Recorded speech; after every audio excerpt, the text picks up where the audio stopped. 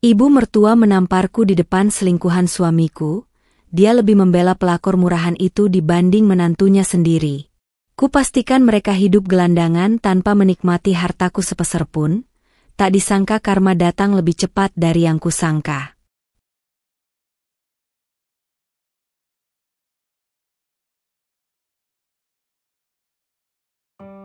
Namaku Saraswati Pramudita, dan pada usia 30 tahun, aku telah mencapai segalanya yang diimpikan wanita-wanita di lingkaran sosialku. Pernikahan mewah, karir cemerlang sebagai arsitek independen yang sukses, dan rumah bak istana yang berdiri megah di kawasan elit Jakarta Selatan, hasil kerja kerasku sendiri. Pernikahanku dengan Bara Wibawa sudah berjalan 7 tahun, dan di mata semua orang, kami adalah pasangan sempurna. Aku si wanita karir yang elegan, dia si manajer ban yang gagah. Namun, seperti sebuah lukisan mahal yang retak di dalamnya, keindahan itu hanyalah ilusi. Rumah megah itu adalah kandang emasku. Bara, suamiku, adalah pria yang memiliki wajah rupawan dan pesona mematikan. Dia pandai bicara, pandai bersandiwara. Awalnya, Bara memang tulus mencintaiku. Tapi segalanya berubah ketika kekayaan dan pengaruhku melampaui apa yang bisa ia berikan. Bara menjadi simbol status bagiku, dan ia tahu betul bagaimana memanfaatkan posisinya sebagai suami dari Saraswati. Sejak Bara kumasukkan ke dalam jajaran direksi perusahaanku, sebagai kedok agar ia punya kesibukan, sikapnya perlahan berubah. Ia mulai sering pulang larut, dan alasan rapat mendadak menjadi lagu pengantar tidurku. Di rumah itu, aku tak hanya tinggal berdua dengan Bara. Ada Ibu Ratna, ibu mertuaku. Ibu Ratna adalah sosok yang rumit. Di mata publik, ia adalah wanita tua yang anggun dan berwibawa, pemuka komunitas pengajian di lingkungan kami. Namun, di balik dinding rumah, ia adalah dalang yang memainkan peran favoritnya. Mertua yang merasa paling berhak atas kehidupan anak dan menantunya, terutama menyangkut harta. Sejak awal pernikahan, Ibu Ratna tak pernah benar-benar menyukaiku. Bukan karena aku kurang ajar, justru sebaliknya, aku selalu menuruti permintaannya. Masalahnya adalah, aku terlalu mandiri, terlalu kaya, dan terlalu dominan dalam rumah tanggaku. Dalam pandangannya, menantu yang baik seharusnya tunduk dan kekayaan menantu harus menjadi milik anak lelakinya.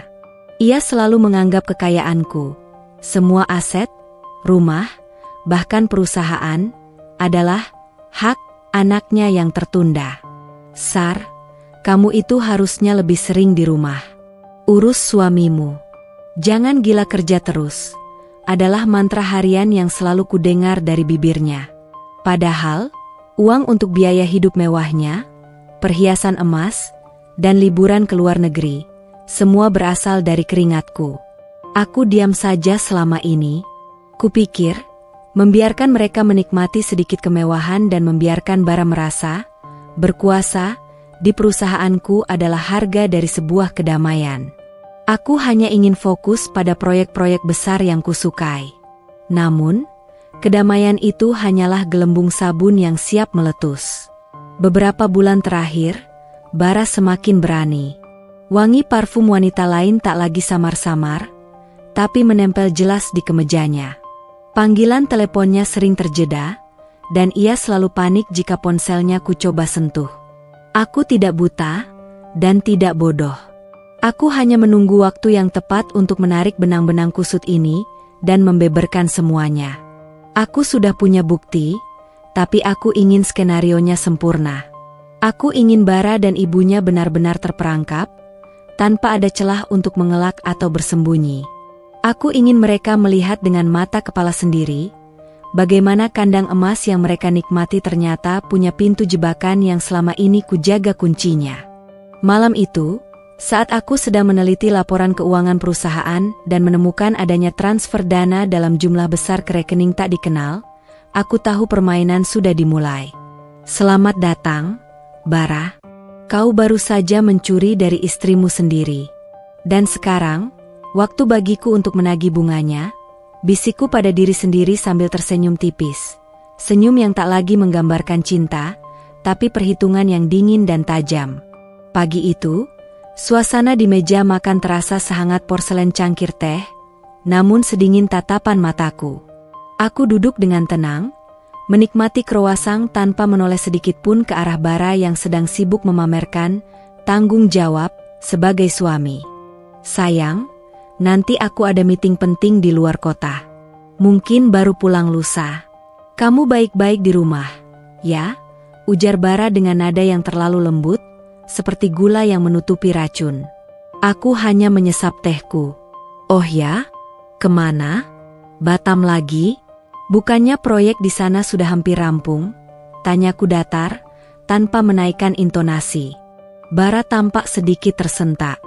Bukan, ini proyek baru. Potensi investasi besar. Perlu pengawasan langsung. Ia menghindari tatapanku dan fokus pada smartphone-nya. Baiklah, hati-hati di jalan. Jangan lupa bawa kemeja yang baru kubeli. Cocok untuk lobi klien besar. Sahutku, mengakhiri interogasi dengan senyum tipis yang tak mencapai mata. Aku tahu Bara tidak akan keluar kota. Aku tahu ia sedang merencanakan kencan panjang dengan wanita selingkuhannya. Aku telah memasang mata di mana-mana, bukan karena cemburu, melainkan karena bisnis. Selama Bara sibuk dengan sandiwaranya, Ibu Ratna masuk ke ruang makan dengan jubah sutra dan wajah penuh wibawa. Bara mau pergi? Syukurlah. Kamu itu harusnya sering-sering keluar. Nak, jangan cuma di kantor terus. Cari relasi yang bagus, kata Ibu Ratna, menepuk bahu Bara dengan bangga, seolah memberikan restu untuk petualangan anaknya. Lalu pandangannya beralih padaku. Saras, ibu mau minta tolong transfer uang. Uang arisan ibu yang bulan lalu belum kamu transfer ke rekeningku. Jumlahnya lumayan, 50 juta. Inilah Ibu Ratna. Semuanya harus atas namanya, atas nama kebutuhan penting. Uang 50 juta baginya hanya uang receh untuk arisan atau membeli perhiasan baru. Padahal, dia lupa bahwa 50 juta itu setara dengan gaji manajer di perusahaanku. Oh, tentu, Bu. Nanti setelah saya selesai dengan proyek proposal ini. Rekeningnya yang kemarin, kan? Jawabku sopan, sambil sengaja membiarkan laptopku terbuka, menampakkan draft dokumen properti. Iya, yang itu. Jangan lupa. Kamu kan sibuk sekali, Nak. Untung saja Bara ini suamimu, jadi semua hasil kerjamu ada yang mengelola. Ujar Ibu Ratna sambil menyindirku, seolah Bara yang memegang kendali penuh atas kekayaanku. Aku hanya tersenyum di dalam hati. Mereka berdua, ibu dan anak, sama-sama hidup dalam fata morgana bahwa mereka adalah penguasa di rumah ini. Setelah sarapan, aku mengunci diri di ruang kerjaku. Aku tidak sibuk bekerja, aku sibuk menyusun skenario. Aku membuka brankas tersembunyi di balik lukisan. Di dalamnya, tersimpan dua benda penting. 1. Akte kepemilikan semua aset atas nama perusahaanku dan nama pribadiku. Rumah, tanah, kendaraan mewah, semua 100% atas namaku. Bara hanya menumpang nama di beberapa surat kendaraan agar terlihat seimbang. 2. Sebuah flash drive kecil berisi semua bukti perselingkuhan Bara, dan yang lebih penting, bukti manipulasi keuangan yang telah kulacak. Bara, atas hasutan Ibu Ratna, aku yakin, telah menguras sedikit demi sedikit kas perusahaan untuk membiayai gaya hidup mewah selingkuhannya, Alina. Aku telah merancang semua kontrak kerja Bara di perusahaan dengan sangat teliti sejak hari pertama. Kontrak itu memungkinkan aku untuk memecatnya tanpa pesangon, dan bahkan menuntut ganti rugi atas kerugian yang ia timbulkan. Seluruh harta yang dia klaim sebagai miliknya, termasuk voucher liburan dan kartu kredit, bersama, yang Bara banggakan, semuanya terhubung langsung dengan rekening yang hanya bisa aku akses penuh. Aku menutup brankas, memasukkan flash drive ke dalam tas kerjaku. Bara memang tampan, tapi dia bodoh dalam hal hukum dan finansial. Dan Ibu Ratna, dia rakus tapi buta terhadap detail. Mereka berdua sama-sama gagal menyadari bahwa aku, sang arsitek, tidak hanya membangun rumah ini, tetapi juga perangkap di dalamnya. Saat Bara berpamitan dengan ciuman basa-basi, dan Ibu Ratna memberiku tatapan meremehkan, aku sudah menetapkan tanggal mainnya. Selamat menikmati liburan terakhirmu, Bara. Kau tidak sadar bahwa kau baru saja mengosongkan rumah ini agar aku bisa mempersiapkan pesta penyambutan yang tak akan pernah kau lupakan. Gumamku sambil menatap mobil Bara yang menjauh. Setelah Bara pergi dengan alasan perjalanan bisnis palsunya, dan Ibu Ratna kembali ke kamar VIP-nya untuk melanjutkan sesi telepon gosipnya, rumah itu menjadi panggung sunyi bagi Saraswati. Inilah momen yang ia tunggu-tunggu, waktu untuk memindahkan bidak terakhir dan mengunci semua pintu keluar. Saraswati menuju ke kantor pribadinya, ruangan yang kedap suara, berlapis baja, dan penuh dengan teknologi pengawasan canggih. Ini adalah markas besarnya, tempat yang tidak pernah berani disentuh oleh Bara maupun Ibu Ratna. Ia duduk di kursi putar kulit, pandangannya tertuju pada 6 monitor yang menampilkan dashboard keuangan perusahaannya, sistem keamanan rumah, dan, yang paling penting, sebuah live feed dari sebuah apartemen mewah di kawasan Kuningan. Di layar itu, tampaklah sosok Alina. Alina adalah antitesis dari Saraswati. Jika Saraswati adalah keanggunan yang terstruktur, Alina adalah kecantikan yang liar dan instan. Usianya baru 24 tahun, seorang influencer Instagram yang sukses berkat gaya hidup glamor yang tiba-tiba. Ia memiliki rambut panjang bergelombang, mata besar yang ekspresif, dan selera busana yang sangat mencolok. Bara memberinya semua kemewahan, apartemen sewa mahal, mobil sport yang baru, dan tas-tas brandy terbaru. Tentu saja, semua itu dibayar dengan uang hasil curian dari perusahaan Saraswati. Saraswati sudah mengamati Alina selama 6 bulan terakhir. Ia tahu setiap detail. Nama panggilan Alina di aplikasi kencan online sebelum bertemu Bara, latar belakang keluarganya yang biasa-biasa saja di pinggiran kota, bahkan kegemarannya pada kopi dengan sirup maple ekstra manis. Saraswati tidak membencinya. Ia hanya melihat Alina sebagai alat penghancur yang ideal, murah dan mudah dimanipulasi. Fase I, pengamanan aset dan hukum. Sebelum memicu konfrontasi, Saraswati harus memastikan bahwa mereka tidak akan bisa mengambil sepeser pun dari hartanya. Ia menghubungi Bapak Hermawan, pengacara pribadinya yang paling terpercaya, seorang maestro dalam hukum korporat dan perceraian. Pak Hermawan, skenario sudah siap. Malam ini, kata Saraswati tanpa basa-basi melalui sambungan telepon aman. Semua sudah terenkripsi. Bu Saras? Dana sudah dialihkan? Tanya suara berat Hermawan di ujung sana. Sudah. Semua rekening pribadi dan rekening utama perusahaan sudah saya alihkan ke trust fund yang baru dibuat, yang hanya bisa diakses oleh saya dan notaris Anda. Rekening bersama dengan Bara sudah saya kosongkan total pagi tadi. Saya hanya menyisakan dana tunai secukupnya di rumah, agar dia tidak curiga sebelum konfrontasi. Bagus.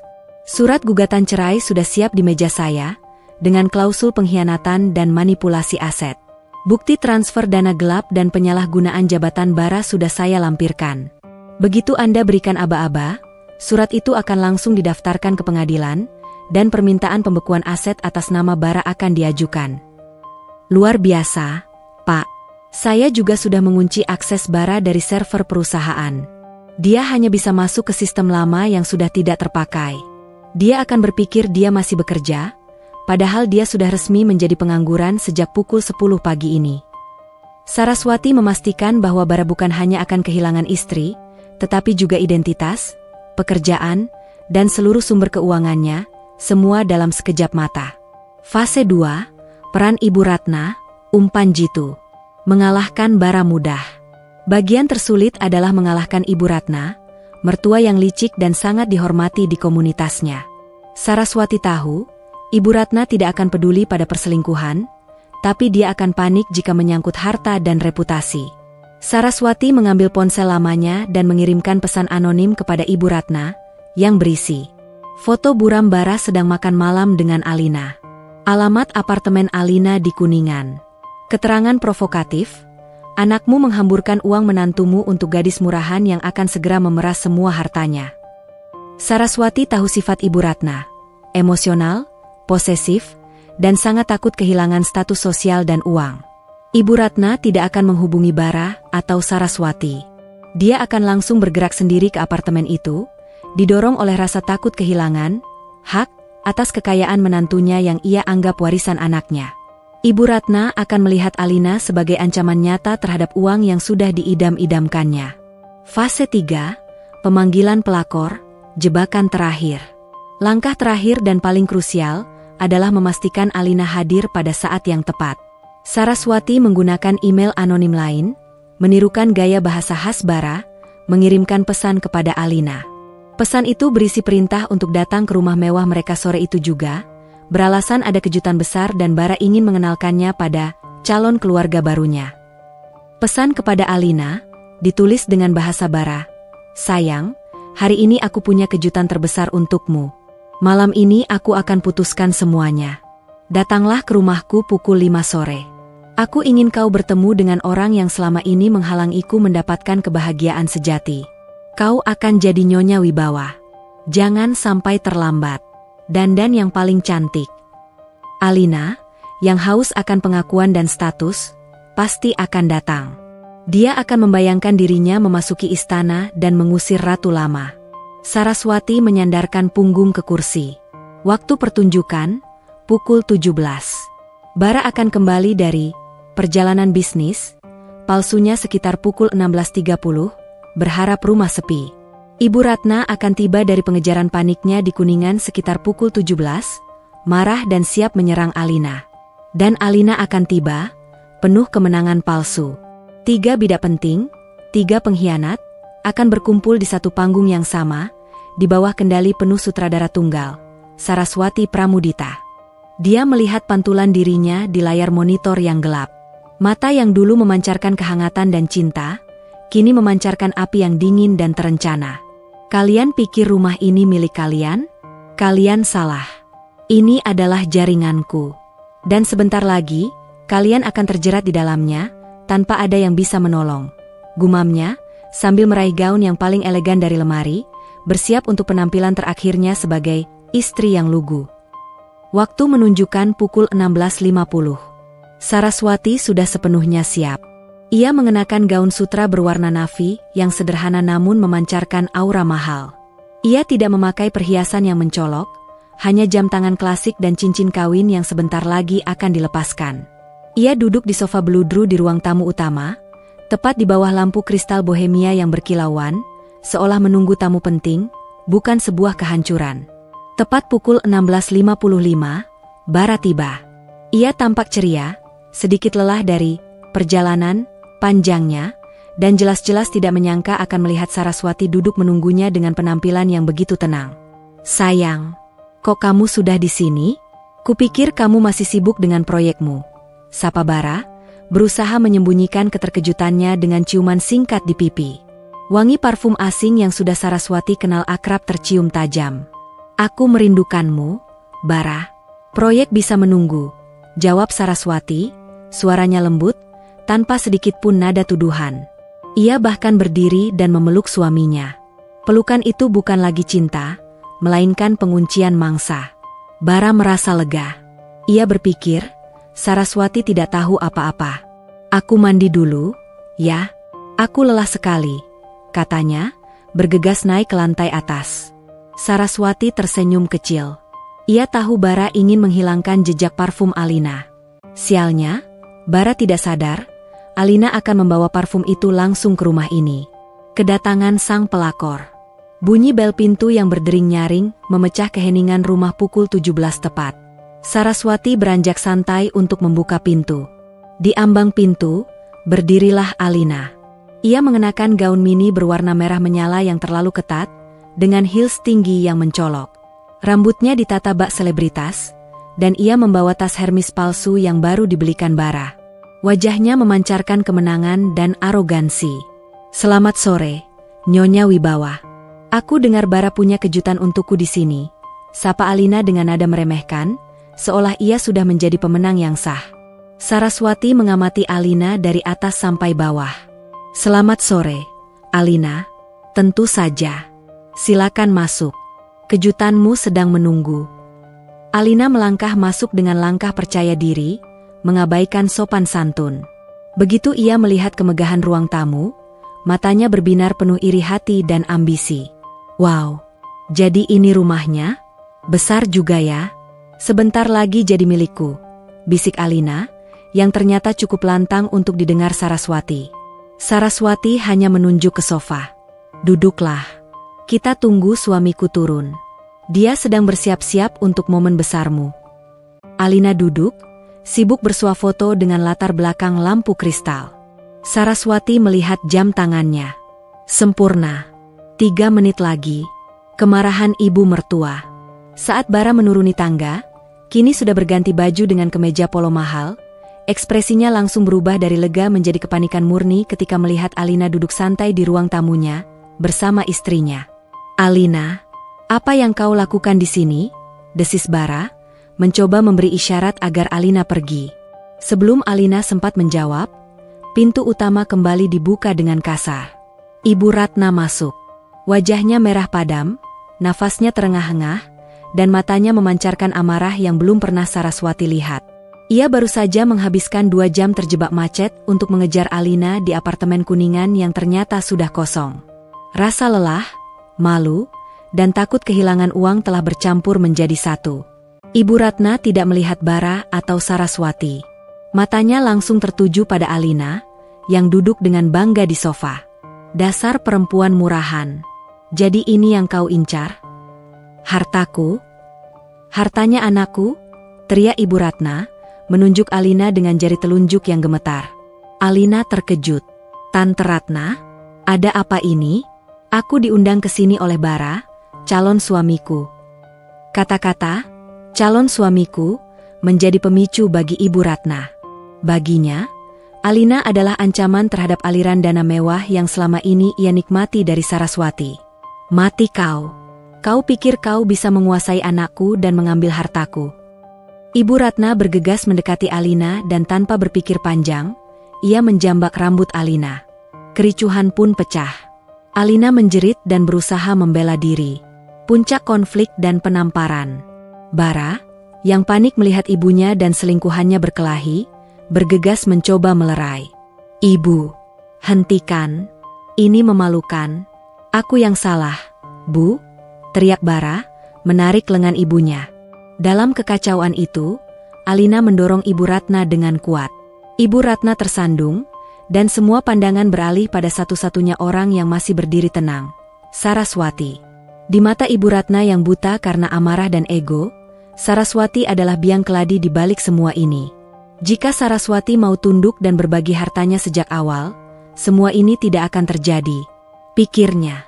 Dengan mata penuh kebencian, Ibu Ratna berbalik ke arah Saraswati. Ini semua salahmu, Saraswati. Kau terlalu sibuk. Kau tidak mengurus anakku.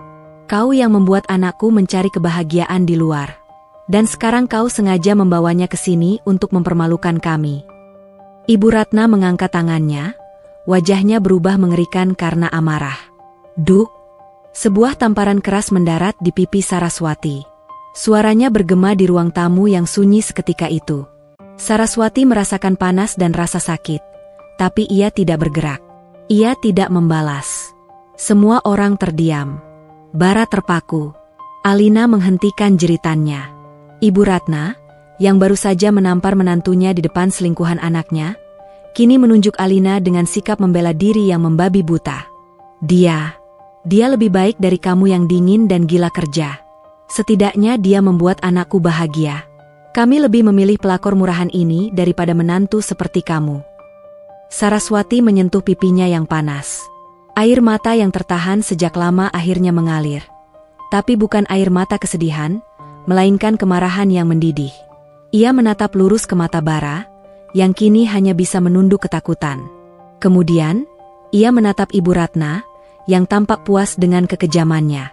Dan terakhir, ia menatap Alina, yang kini menyeringai penuh kemenangan. Saraswati menarik napas panjang. Panggung sudah siap. Semua pengkhianat telah menunjukkan diri mereka yang sesungguhnya. Waktunya ia mengambil peran sebagai hakim. Baiklah, kata Saraswati, suaranya pelan, dingin, dan mematikan. Ia melepaskan cincin kawinnya dan melemparkannya ke lantai marmer. Cincin itu berputar-putar sebelum akhirnya berhenti tepat di kaki Bara. Aku pastikan kalian bertiga hidup gelandangan tanpa menikmati hartaku sepeser pun. Selamat datang di neraka kalian, ujar Saraswati. Tirai baru saja terbuka, dan babak kehancuran mereka dimulai. Kata-kata Saraswati menggantung di udara ruang tamu bak racun mematikan. Bara, Ibu Ratna, dan Alina terdiam, menatap sosok yang baru saja mereka tampar dan hina. Saraswati tidak terlihat seperti istri yang terluka. Ia tampak seperti ratu yang baru saja mengeluarkan titah pengusiran. Saraswati menyeka sisa air mata dan ludah di pipinya. Tangannya gemetar bukan karena takut, melainkan karena gairah pembalasan. Kalian tidak mengerti, kan? Kalian pikir aku hanya mengancam? Kalian pikir aku tidak berdaya tanpa kalian? Saraswati melangkah ke meja kaca di tengah ruangan, mengambil sebuah amplop coklat tebal yang sudah ia siapkan. Reaksi sang pengkhianat.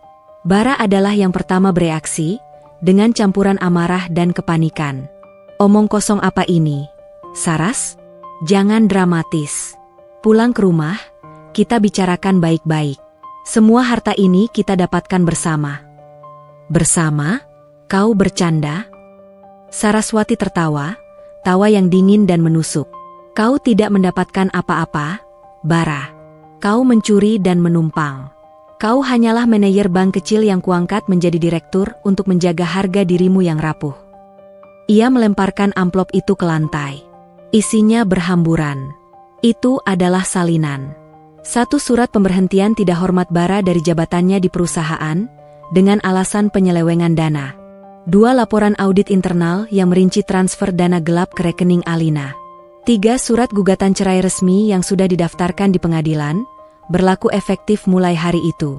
Baca itu, Bara. Kau bukan lagi suamiku, dan kau bukan lagi direktur. Kau hanyalah mantan napi keuangan yang sedang menunggu giliran untuk diseret ke meja hijau. Aku sudah memutus semua aksesmu ke rekening perusahaan dan semua rekening joint account kita. Bahkan gaji bulan ini pun sudah kupegang sebagai kompensasi awal kerugian, jelas Saraswati dengan tenang. Wajah Bara memucat. Ia meraih ponselnya, sebuah iPhone terbaru yang dibelikan Saraswati, dan mencoba mengakses aplikasi mobile banking kantor. Akses ditolak. Ia mencoba akun email kantornya. Kata sandi salah. Tidak mungkin. Ini tipuan, Saras. Aku punya hak atas semua ini. Raung Bara, mencoba terlihat berkuasa meskipun ia tahu ucapan Saraswati adalah ancaman nyata. Kemarahan ibu mertua yang terluka, finansial. Sementara Bara panik dengan karirnya, Ibu Ratna panik dengan gaya hidupnya. Dia melihat ke arah salinan laporan gugatan. Saras, jangan konyol. Kamu tidak bisa menceraikan Bara. Dan bagaimana dengan kami? Bagaimana dengan rumah ini? Ini rumah anakku. Aku tinggal di sini, teriak Ibu Ratna, menunjuk perabotan mahal dengan tangan gemetar. Saraswati menatap Ibu Ratna, matanya kini dipenuhi kepuasan yang dingin. Tentu saja, Bu, Anda tinggal di sini. Karena rumah ini milik saya, 100%. Ia menunjuk ke jendela ruang tamu, ke arah papan nama di gerbang depan. Anda lupa, Bu, rumah ini saya beli sendiri, atas nama perusahaan arsitektur saya. Bahkan perabotan yang Anda duduki, lampu kristal yang Anda banggakan, hingga keramik kamar mandi Anda, semuanya atas nama PT Pramudita Arsitek. Bara tidak memiliki sehelai pun benang di rumah ini. Dia hanya menumpang di kamar tamu utama, sama seperti Anda menumpang di kamar suite sebelah. Ibu Ratna terdiam, terkejut. Selama 7 tahun, ia yakin aset yang dimiliki menantunya adalah aset keluarga yang otomatis akan jatuh ke tangan Bara. Ia lupa bahwa Saraswati adalah seorang arsitek yang terbiasa membangun fondasi yang kuat, dan juga tembok yang tak tertembus. Tidak, ini tidak adil. Aku ibunya. Aku sudah mengorbankan segalanya untuk Bara. Aku punya hak untuk tinggal di sini, jerit Ibu Ratna. Air mata penyesalan mulai membasahi pipinya yang baru saja menampar Saraswati. Saraswati menyilangkan tangannya. Adil? Adil adalah ketika Anda menampar saya karena membela seorang pelakor murahan. Sekarang, ini adalah konsekuensinya. Ia mengeluarkan ponselnya dan menghubungi seseorang. Pak Yanto, saya minta tim pengamanan internal bergerak sekarang. Pengosongan aset segera. Prioritaskan kamar tamu utama dan kamar suite Ibu Ratna. Semua barang pribadi harus dikeluarkan dan diletakkan di teras depan. Hari ini juga, kehilangan status sang pelakor. Alina menyaksikan semua ini dengan mata membelalak. Ekspresi kemenangan yang tadi ia miliki kini berubah menjadi ketakutan dan kebencian. Ia akhirnya menyadari bahwa ia tidak hanya menghadapi seorang istri yang teraniaya, melainkan penguasa yang sesungguhnya. Alina mencoba mendekati Bara. Bara, kamu harus menjelaskan. Kamu bilang kamu kaya. Kamu bilang ini rumahmu. Jangan bohong. Bara, yang kini terlihat menyedihkan dan lemah, hanya bisa menatap Alina dengan mata kosong. Aku tidak tahu kalau Sarah sudah sejauh ini, bisik Bara, menyadari bahwa ia baru saja kehilangan segalanya demi wanita yang sekarang menuntutnya. Saraswati melirik Alina dengan tatapan merendahkan. Dan kau, Alina, kau juga termasuk dalam paket pembersihan. Ia menunjukkan pesan di ponselnya, pesan dari pemilik apartemen Kuningan. Apartemenmu sudah lunas sewanya sampai bulan depan. Tapi, mobil sport yang Bara belikan untukmu, itu disewa atas nama perusahaan. Mobil itu sudah ditarik di basement tadi pagi, bersama semua kartu kredit yang kamu pakai. Kau hanya punya waktu 1 jam untuk mengemas barang-barangmu sebelum petugas keamanan membersihkan apartemen itu. Selamat kembali ke realitasmu yang sebenarnya. Alina menjerit, bukan karena sedih, melainkan karena ketidakpercayaan atas lenyapnya kekayaan instan. Ia mencoba menyerang Saraswati, tapi langkahnya terhenti oleh bunyi pintu yang terbuka. 3 pria berbadan besar dengan seragam pengamanan perusahaan masuk ruang tamu, dipimpin oleh kepala keamanan yang berwibawa, Pak Yanto. Nyonya Saraswati, perintah Anda akan dilaksanakan, lapor Pak Yanto dengan hormat. Saraswati mengangguk. Ia melangkah melewati mereka bertiga, menuju pintu. Sebelum keluar, ia berbalik untuk melihat pemandangan terakhir. Bara yang terduduk di lantai, Ibu Ratna yang histeris di samping koper yang dibawa keluar oleh petugas, dan Alina yang menangis karena kehilangan kemewahannya. Kalian boleh tinggal di teras malam ini. Besok, aku akan ganti semua kunci. Jangan coba-coba masuk, kata Saraswati, suaranya terakhir kali menggema. Ia menutup pintu, meninggalkan mereka bertiga dalam kegelapan yang menyambut malam. Dinginnya malam segera merayap, membawa serta embun yang menusuk kulit. Pukul 20, ruang tamu mewah yang tadinya menjadi panggung drama kini hening. Di luar, di teras marmer, berserakan beberapa koper dan barang-barang pribadi milik Bara dan Ibu Ratna yang dilempar keluar dengan tergesa-gesa oleh tim keamanan. 3 orang yang tadi sore masih merasa menjadi pemilik dan calon pemilik, kini meringkuk dalam kebingungan dan keputusasaan. Bara duduk di tangga teras, memegangi kepalanya. Ia tidak bisa menerima kenyataan. Ia bukan saja kehilangan istri dan pekerjaan, tapi juga ilusi kekuasaannya. Kartu-kartu kreditnya semua ditolak. Uang tunai yang ada di dompetnya hanya cukup untuk taksi. Ini tidak mungkin. Saras tidak mungkin setega ini. Ini pasti hanya sandiwara untuk membuat kita jera. Bara bergumam, mencoba meyakinkan dirinya sendiri dan ibunya. Ibu Ratna tidak lagi berteriak.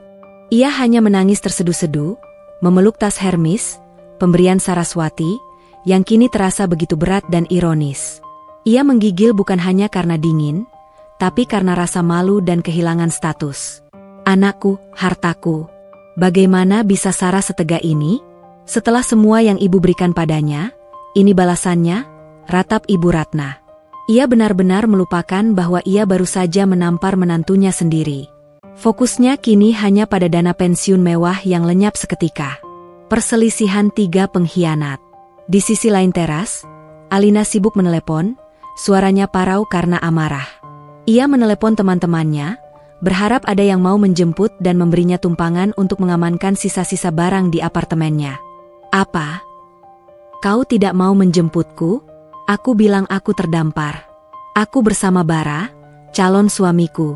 Hei, jangan matikan teleponnya. Alina membanting ponselnya. Teman-teman sosialitanya yang hanya mengincar kemewahannya kini menjauh, takut terlibat dalam drama hukum yang melibatkan nama besar Saraswati.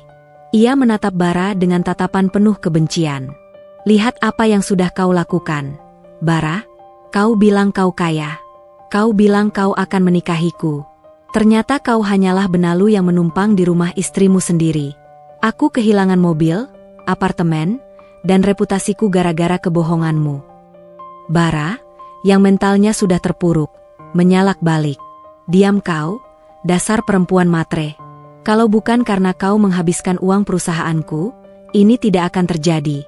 Ibu, lihat, Bu, perempuan ini yang merusak semuanya. Ibu Ratna mengangkat wajahnya. Kini matanya beralih dari menyalahkan Saraswati ke menyalahkan Alina. Benar, kau memang pelakor murahan. Kau yang memikat anakku dengan kemolekanmu. Kau pantas hidup di jalanan. Kini, 3 sekutu pengkhianat itu saling menyerang. Persatuan yang dibangun atas dasar kebohongan, ketamakan, dan pengkhianatan langsung runtuh begitu kekayaan yang mereka kejar menghilang. Langkah hukum pertama Saraswati. Sementara mereka kedinginan dan saling menghina di teras, Saraswati berada di dalam rumah, di ruang kerjanya yang hangat. Ia sedang melakukan panggilan konferensi dengan pengacaranya, Bapak Hermawan. Bagaimana, Pak Hermawan? Apakah semua sudah diproses? Tanya Saraswati, suaranya kini terdengar seperti baja yang ditempa. Sudah, Bu Saras. Sertifikat tanah dan rumah sudah saya renotaris atas nama Trust Fund Non-Liquid. Tidak ada celah hukum bagi Bara untuk menggugat pembagian harta Gonogini. Semua aset dibeli sebelum pernikahan atau dibeli oleh perusahaan Anda, jelas pengacara itu. Lalu, bagaimana dengan gugatan penyalahgunaan dana perusahaan? Sudah diajukan bersamaan dengan gugatan cerai. Kami punya bukti kuat, Bu. Kami akan menuntut ganti rugi penuh atas dana yang digunakan Bara untuk Alina. Ini akan memastikan bahwa Bara bukan hanya tidak mendapat harta, tapi juga menanggung utang besar kepada Anda. Saraswati mengangguk puas. Ini bukan tentang uang, ini tentang prinsip dan pembalasan. Ia ingin Bara merasakan beban finansial yang tidak akan pernah bisa ia bayar seumur hidupnya. Satu hal lagi, Pak. Saya ingin Anda menyebarkan kabar ini secara halus di lingkaran sosial kami, terutama di kalangan komunitas Ibu Ratna. Biarkan mereka tahu bahwa Bara bukan hanya berselingkuh, tapi juga koruptor dan pengangguran. Saya ingin status sosial mereka runtuh total. Perintah Saraswati. Akan saya urus, Bu.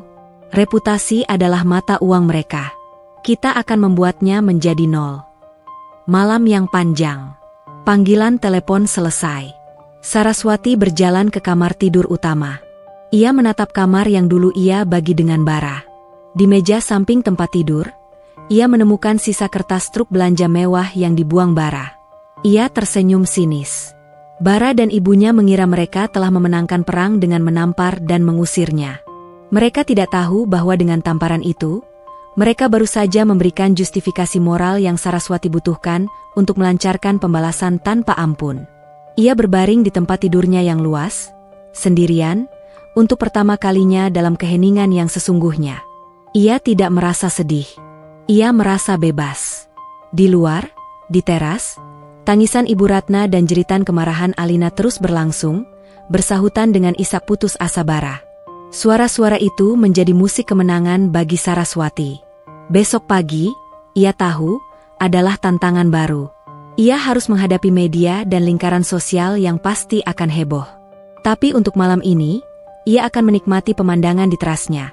3 orang yang membencinya, memulai kehidupan baru mereka sebagai gelandangan, persis seperti yang ia inginkan. Pagi menyambut dengan janji baru bagi Saraswati, dan malapetaka baru bagi 3 orang di teras.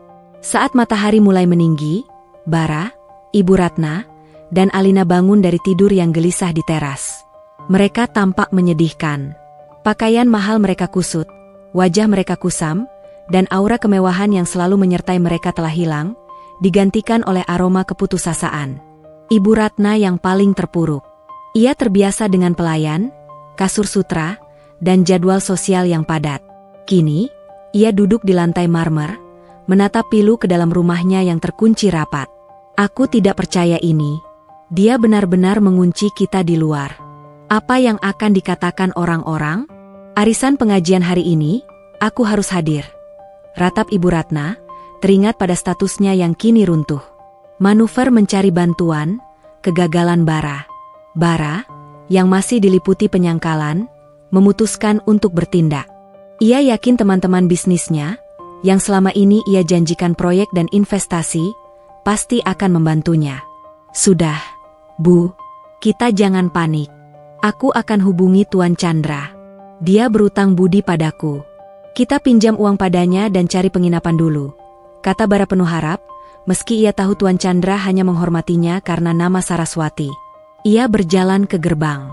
Tepat di luar pagar, sudah berdiri 2 bodyguard baru dengan wajah tanpa ekspresi. Maaf, Tuan Bara.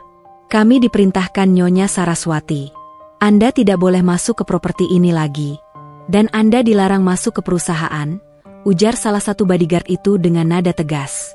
Bara mencoba menghubungi Tuan Chandra dari ponselnya yang lowat. Panggilan pertama ditolak. Panggilan kedua, ia berhasil terhubung. Chandra, ini aku, Bara. Aku butuh bantuanmu. Aku sedang ada masalah besar dengan Saras. Aku butuh pinjaman cepat, 50 juta saja, untuk sementara, pinta Bara dengan suara terdesak. Ada keheningan panjang di ujung sana. Bara, dengarkan aku baik-baik. Aku baru saja mendapat kabar dari kantor hukum Saraswati. Aku tahu semua tentang penyelewengan dana di perusahaanmu dan gugatan cerai itu. Aku tidak mau terlibat. Aku harus menjaga reputasi perusahaanku. Aku sarankan kau selesaikan masalahmu sendiri. Dan jangan pernah hubungi aku lagi. Klik. Panggilan diputus. Wajah Bara semakin gelap. Ia mencoba menghubungi rekan kerja lamanya di bank. Hasilnya sama. Mereka semua sudah menerima kabar burung yang disebar oleh pengacara Saraswati bahwa Bara adalah seorang penipu yang sedang diburu utang. Status sosialnya sebagai direktur yang sukses telah hilang, digantikan oleh gelar mantan suami yang korup. Runtuhnya wibawa Ibu Ratna. Ibu Ratna menyaksikan kegagalan Bara, memutuskan bahwa ia harus menggunakan kartu sosialnya. Ia adalah pemuka komunitas, bendahara arisan paling elit, dan dikenal sebagai mertua yang taat. Ia menelepon teman arisannya, Bu Maya, dengan suara yang dibuat selembut mungkin, berusaha menyembunyikan getaran di suaranya. Maya, sayang, aku sedang ada musibah. Aku ada di depan rumah, Saras mengunci kami di luar. Bisakah kamu datang dan membantuku bicara dengannya? Aku butuh tumpangan dan mungkin menginap sebentar. Bu Maya merespons, suaranya terdengar kaget, tapi perlahan berubah menjadi menjauh. Astaga, Ratna, aku sudah dengar beritanya. Tentang Bara dan gadis murahan itu, dan tentang semua uang itu. Ya Tuhan, aku tidak menyangka. Kami semua di grup sangat terkejut. Tapi Maya, aku tidak tahu apa-apa tentang gadis itu. Saras yang merencanakan semua ini. Aku hanya membela anakku. Ibu Ratna memohon. Membela anakmu? Ratna, suamimu, maksudnya anakmu, menyelewengkan uang perusahaan Saras. Dan kau menampar menantumu di depan selingkuhan itu? Kami semua sudah. Membela anakmu? Ratna, suamimu, maksudnya anakmu, menyelewengkan uang perusahaan Saras. Dan kau menampar menantumu di depan selingkuhan itu? Kami semua sudah tahu. Ratna, pengacara Saras sangat rinci dalam mengedarkan kabar. Kami tidak bisa berasosiasi dengan skandal seperti ini. Aku harus menjaga reputasi suamiku. Maaf, Ratna. Aku tidak bisa membantumu. Dan soal uang arisanmu, aku sarankan kau segera mencarinya dari sumber lain. Klik. Telepon dimatikan. Ibu Ratna terhuyung. Ia bukan hanya kehilangan rumah, tapi juga kehormatan dan lingkaran pertemanannya. Wibawa sosialnya, yang ia bangun selama puluhan tahun, runtuh dalam semalam. Konflik internal di teras. Melihat Bara dan Ibu Ratna gagal total, Alina melihat kesempatan untuk melarikan diri. Ia tidak mau ikut menanggung malu mereka. Aku pergi. Aku tidak mau berurusan dengan drama keluarga miskin ini, kata Alina, mengambil tasnya. Bara meraih lengannya. Mau kemana kau? Kau juga bagian dari masalah ini, Alina. Kau sudah menghabiskan uangku. Sekarang kau harus tanggung jawab. Tanggung jawab? Kau yang harus tanggung jawab. Kau bilang kau akan memberiku hidup mewah. Ternyata kau sama saja dengan gelandangan di pinggir jalan. Jauhi aku. Alina menyentak tangannya. Tidak akan. Kau harus membantuku. Kau harus pura-pura menyesal di depan Saras agar dia memberiku uang. Teriak Bara. Alina tertawa keras, tawa yang penuh penghinaan. Kau sungguh bodoh, Bara. Aku hanya mencintai dompetmu, dan dompetmu sudah mati. Selamat tinggal, Nyonya Wibawa palsu. Alina bergegas pergi, meninggalkan Bara dan Ibu Ratna dalam keadaan terisolasi dan terhina. Namun, tak disangka, baru beberapa langkah ia berjalan di jalan raya, ia dihadang oleh dua pria berseragam kantor hukum Saraswati. Nona Alina, kami datang untuk memberikan surat panggilan. Nyonya Saraswati menuntut ganti rugi penuh atas semua dana perusahaan yang Tuan Bara alihkan ke rekening Anda. Anda akan diwajibkan mengembalikan semua yang telah Anda terima, kata salah satu pria itu, menyerahkan amplop. Alina menjatuhkan amplop itu, wajahnya pucat pasi. Ia kini menyadari, ia tidak hanya kehilangan kemewahan, tapi juga terjerat utang yang akan menghantuinya. Dari jendela kamarnya di lantai 2, Saraswati memandang ke bawah, menyaksikan adegan perpisahan dramatis dan penolakan sosial yang menimpa mereka.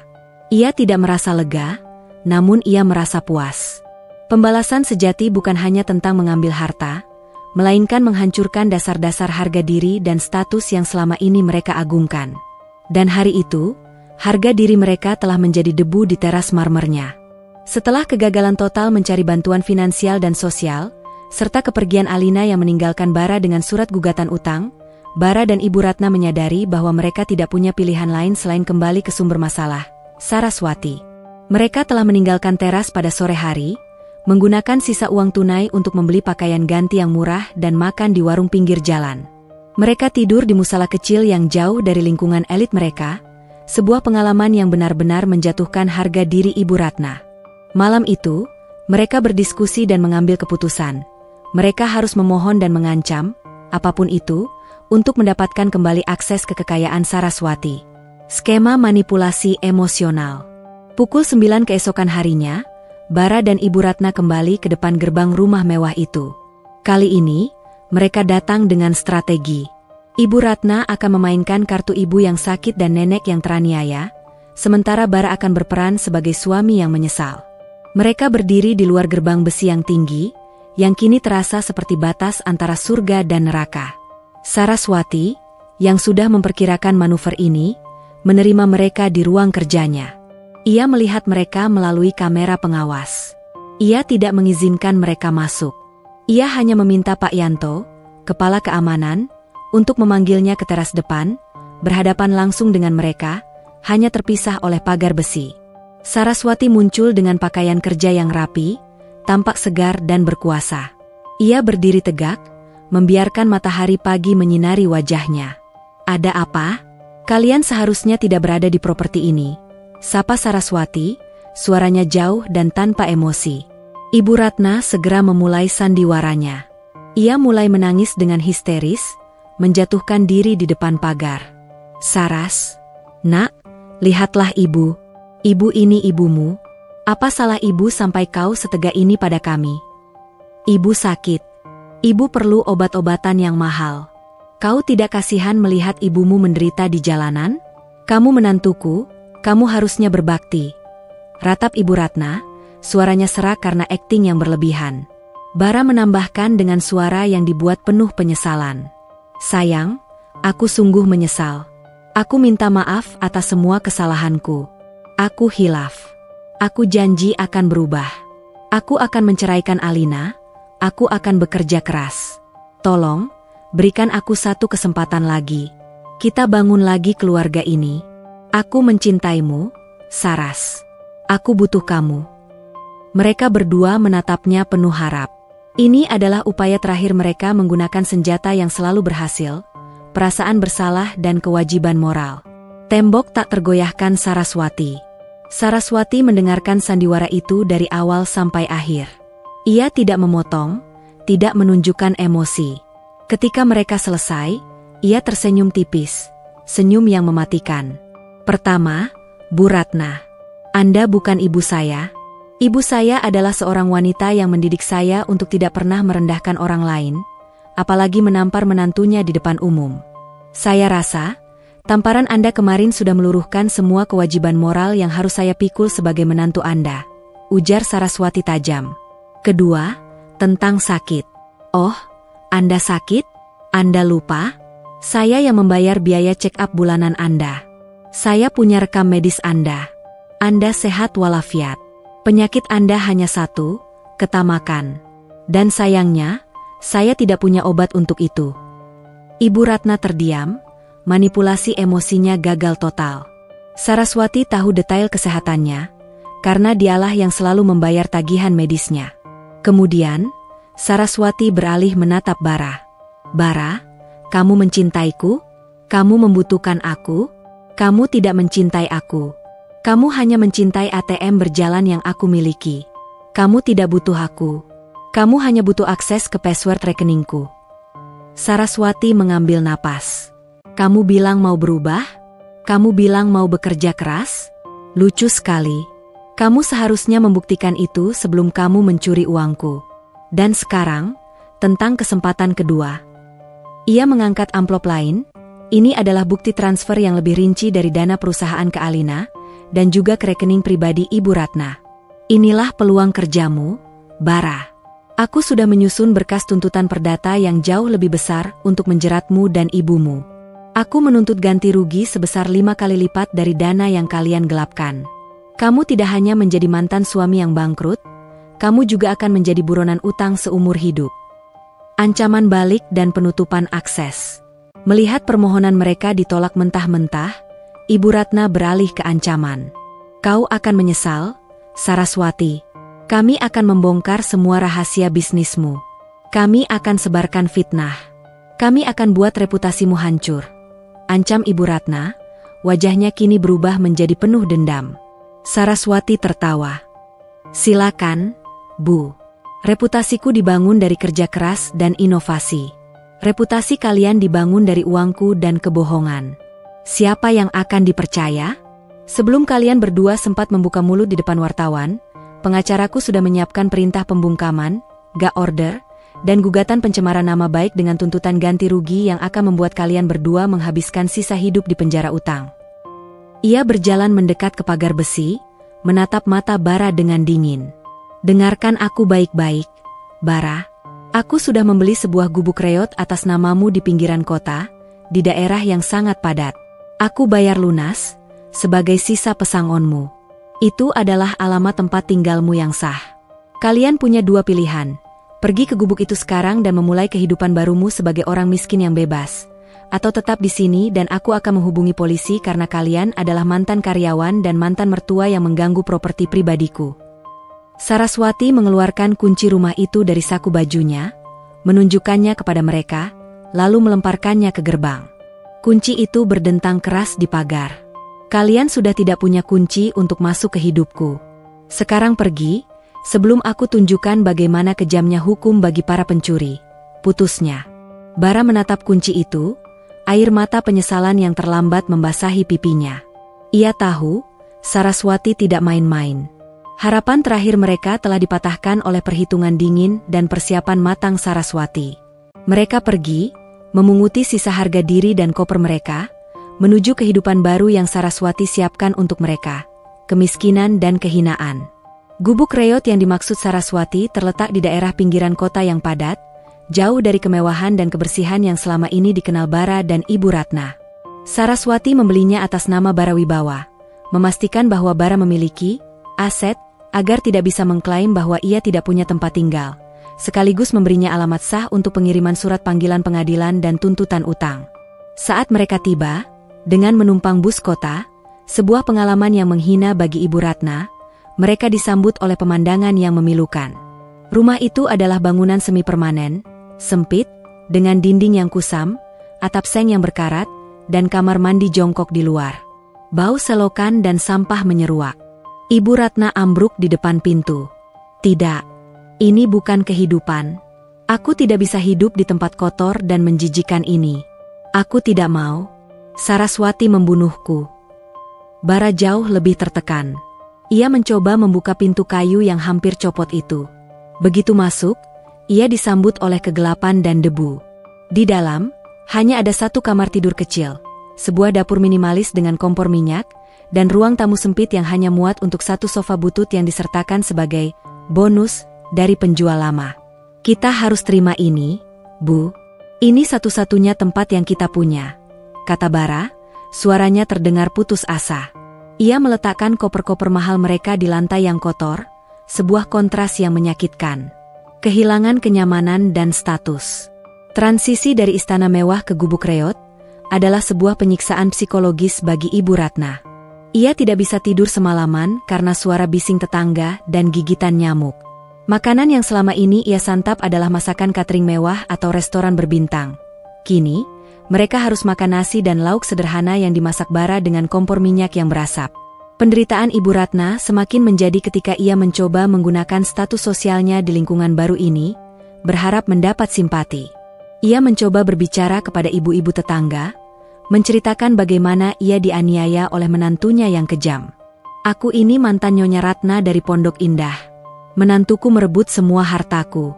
Aku ini orang baik, lihatlah tas-tas mahal ini, ceritanya, sambil menunjuk koper branded mereka. Alih-alih simpati, ia justru menerima tatapan sinis dan jijik. Berita tentang skandal Bara sebagai direktur korup yang menghamburkan uang istri pada pelakor telah menyebar hingga ke pinggiran kota melalui media online dan gosip. Halah, Bu, dengar-dengar sih, bapak itu yang maling uang istrinya, ya? Jangan banyak cerita di sini. Kami ini orang miskin, tapi kami tidak maling, ujar salah satu tetangga dengan nada menusuk, membuat Ibu Ratna lari kembali ke gubuknya dengan air mata amarah. Ia menyadari bahwa wibawanya hanya berlaku jika ia kaya. Tanpa uang, ia hanyalah seorang wanita tua yang angkuh dan menyedihkan. Bara dan beban mencari nafkah. Sementara Ibu Ratna meratapi nasib, Bara harus menghadapi tantangan fisik. Ia adalah manajer ban yang hanya tahu cara duduk di ruangan ber-AC dan memberi perintah. Kini, ia harus mencari pekerjaan kasar untuk menyambung hidup. Dengan gelar emba dan pengalaman sebagai direktur, ia mencoba melamar pekerjaan di kantor-kantor kecil. Namun, setiap wawancara berakhir dengan penolakan. Pihak HRD sudah melakukan pengecekan latar belakang, dan nama Bara Wibawa kini terdaftar dalam daftar hitam perbankan dan korporasi karena kasus penyelewengan dana yang dilaporkan Saraswati. Akhirnya, Bara terpaksa menerima pekerjaan sebagai buruh angkut harian. Upahnya sangat kecil, dan ia harus bekerja di bawah terik matahari. Dalam waktu seminggu, kulitnya yang dulu bersih dan terawat menjadi hitam, kasar, dan penuh luka lecet. Ia menderita penghinaan fisik dan mental yang belum pernah ia rasakan. Suatu malam, Bara pulang dengan kaki pincang karena terkilir. Ia duduk di sofa butut itu, memijat kakinya. Aku sudah tidak sanggup, Bu. Penghasilan kita hanya cukup untuk makan. Tidak ada sisa untuk obat-obatanmu atau sewa. Dan aku tidak bisa menahan rasa malu ini lagi, keluh Bara. Kalau begitu, hubungi Saraswati. Minta dia mengembalikan uang kita. Dia tidak bisa membiarkan kita mati, seru Ibu Ratna, yang masih dalam penyangkalan total. Uang kita? Bu, kita tidak punya uang. Kita punya utang. Dan dia tidak akan berhenti sebelum kita benar-benar hancur, kata Bara, baru menyadari betapa kejamnya Saraswati ketika ia membalas. Klimaks cerita ini bukanlah tentang pertarungan fisik, melainkan tentang keruntuhan jiwa. Dalam gubuk reot itu, Bara dan Ibu Ratna harus menghadapi satu sama lain tanpa lagi dilindungi oleh tirai kemewahan. Mereka hanya menyisakan rasa saling menyalahkan dan penyesalan yang terlambat. Mereka telah mencapai titik terendah. Kehidupan, gelandangan, yang dijanjikan Saraswati kini menjadi kenyataan yang brutal. 2 minggu telah berlalu sejak Bara dan Ibu Ratna pindah ke gubuk reot. Kehidupan yang mereka jalani benar-benar menghancurkan mereka. Bara sakit-sakitan karena kelelahan bekerja sebagai buruh angkut, dan Ibu Ratna menderita penyakit kulit karena lingkungan yang kotor. Mereka hidup dalam kemiskinan yang brutal, hanya mengandalkan upah harian Bara yang minim. Puncak dari kehancuran finansial datang saat surat panggilan pengadilan tiba. Saraswati tidak main-main. Ia menuntut ganti rugi sebesar 5 miliar rupiah atas kerugian perusahaan akibat penyelewengan Bara, ditambah bunga dan biaya pengacara. Tuntutan ini secara efektif menjadikan Bara dan Ibu Ratna sebagai budak utang seumur hidup. 5 miliar? Dari mana kita bisa dapat uang sebanyak itu? Bara, jerit Ibu Ratna, membaca surat yang dicap tebal itu. Air mata dan ingusnya bercampur dengan debu di wajahnya. Saras ingin kita mati, Bu. Dia ingin kita menderita, bisik Bara, matanya kosong. Rencana balik yang nekat. Keputusasaan melahirkan ide gila. Bara mulai berpikir bahwa satu-satunya cara untuk keluar dari jebakan ini adalah dengan menghadapi Saraswati secara fisik dan memaksanya menarik gugatan, atau setidaknya mengambil sisa aset yang mungkin luput dari mata Saraswati. Ia teringat sebuah liontin berlian warisan keluarga yang sangat disayangi Ibu Ratna. Liontin itu adalah barang pribadi Ibu Ratna sejak lama dan tidak terdaftar sebagai aset properti. Liontin itu disimpan di brankas lama mereka di rumah utama. Bu, aku tahu di mana liontin berlianmu. Liontin itu sangat berharga. Jika kita jual, mungkin cukup untuk menyewa pengacara hebat dan menunda gugatan ini, kata Bara, mencoba memberikan secercah harapan. Ibu Ratna, yang sudah kehilangan semua logikanya karena penderitaan, setuju. Ambil, nak, ambil liontin itu. Tapi Saras pasti sudah mengganti kode brankasnya. Tidak, Bu. Saras selalu emosional tentang satu hal, angka. Tanggal pernikahan kita. Aku yakin dia masih menggunakan tanggal itu untuk brankas lama. Jawab Bara, menyalakan api harapan palsu dalam dirinya. Malam itu, saat pekerjaan buruhnya selesai, Bara tidak pulang. Ia menyewa ojek online dengan uang terakhirnya dan menyuruhnya berhenti beberapa blok dari rumah lamanya. Ia mengenakan jaket lusuh, wajahnya ditutupi topi. Penampilannya sangat jauh dari Direktur Bara Wibawa yang dulu. Penyusupan ke Istana Lama. Pukul 2 dini hari, Bara menyelinap ke lingkungan elit itu. Ia berhasil melompati pagar samping yang tingginya tidak seberapa. Tubuhnya yang kurus karena kekurangan gizi, membuat ia lebih lincah dari perkiraannya. Ia berhasil mencapai pintu belakang rumah, pintu yang dulu selalu ia gunakan untuk masuk setelah kencan larut malamnya. Pintu itu sudah diganti dengan pintu baja baru. Namun Bara tahu ada kunci darurat yang disembunyikan Saraswati di pot anggrek lama. Klik. Bara berhasil masuk. Rumah itu gelap, sunyi, dan dingin. Aroma diffuser mahal yang selalu digunakan Saraswati menusuk hidungnya, mengingatkannya pada kehidupan yang telah ia buang. Ia berjalan mengendap-endap menuju kamar utama. Saraswati ternyata tidak tidur. Ia sudah memasang sistem keamanan khusus yang memberinya notifikasi ke ponselnya begitu ada pergerakan di pintu belakang. Ia sengaja membiarkan Bara masuk. Ia tahu Bara akan datang untuk mengambil sesuatu. Ia ingin Bara terperangkap sepenuhnya. Saraswati sudah duduk di kursi di ruang kerjanya, melihat live feed dari kamera tersembunyi. Konfrontasi di kamar utama. Bara berhasil masuk ke kamar utama. Kamar itu rapi, tak tersentuh, tanpa jejak keberadaan Bara yang dulu. Bara berjalan cepat menuju lemari pakaian besar.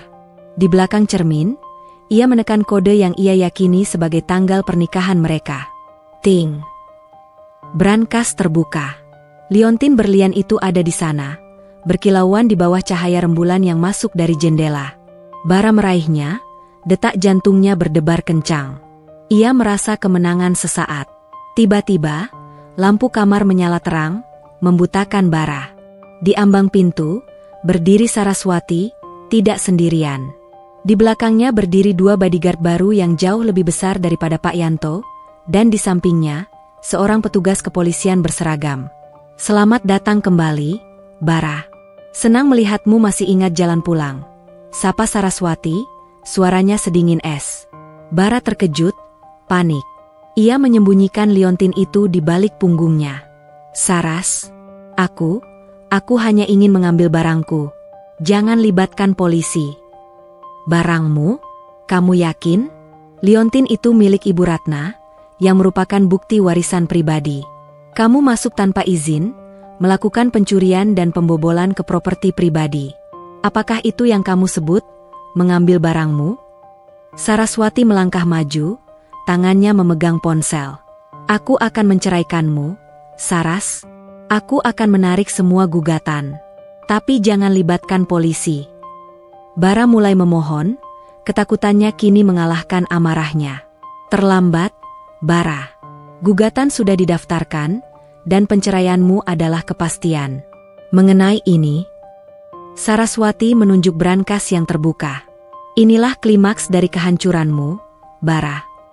Bara menyadari bahwa ia telah masuk ke perangkap terakhir Saraswati.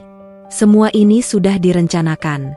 Ia merasa putus asa, marah, dan terhina. Kemarahan itu menguasainya. Kau wanita iblis. Kau yang menghancurkan hidupku. Aku benci kau, teriak Bara, dan dalam keputusasaannya, ia menerjang ke arah Saraswati, mencoba meraihnya.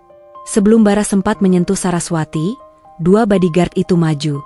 Bara, yang lemah dan sakit-sakitan, tidak berdaya. Ia dilumpuhkan dengan cepat dan dibanting ke lantai. Tangkap dia, Pak Polisi. Barang bukti ada padanya, perintah Saraswati dengan suara datar. Saat petugas polisi memborgol Bara dan menyeretnya keluar, Bara sempat menoleh ke arah Saraswati. Mata Saraswati memancarkan kemenangan yang mutlak, dingin, dan tanpa ampun. Kehancuran Bara Wibawa kini lengkap. Dari direktur menjadi buruh angkut, dan kini menjadi narapidana. Penangkapan Bara di pagi buta segera menjadi berita utama, tidak hanya di media gosip tapi juga di kalangan bisnis. Seorang mantan direktur yang dibebaskan dari jabatannya karena korupsi, tertangkap saat membobol rumah mantan istrinya. Reputasi Bara, yang sudah hancur, kini berbau kriminal. Penderitaan Ibu Ratna. Pagi itu, Ibu Ratna menunggu dengan gelisah di gubuk reot. Ia tahu Bara pergi untuk mengambil berliannya. Ketika ia melihat mobil patroli polisi berhenti di depan gang sempit, hatinya mencelos. Seorang petugas menghampirinya dan menyerahkan liontin berlian itu, kini menjadi barang bukti. Ibu Ratna, putra Anda, Bara Wibawa, ditangkap atas percobaan pencurian dan pembobolan. Anda diminta untuk hadir di kantor polisi untuk memberikan keterangan saksi. Ibu Ratna menerima liontin itu, benda mahal itu terasa dingin di tangannya yang keriput. Ia tidak lagi peduli pada berlian, tetapi pada nama anaknya yang kini dicap penjahat. Ia berteriak histeris, menyalahkan Saraswati, takdir, dan bahkan Tuhan, karena telah menjatuhkan mereka begitu rendah. Di kantor polisi, Ibu Ratna mencoba menggunakan wibawanya yang tersisa, namun tak mempan. Ia hanya diizinkan melihat Bara selama 5 menit. Bara di balik jeruji besi terlihat seperti mayat hidup. Wajahnya bengkak, matanya merah, dan ia terlihat lebih tua 10 tahun. Ibu, Saraswati menjebakku. Dia tahu aku akan datang. Dia iblis, Bu, bisik Bara, menangis. Nak, kita harus melawan.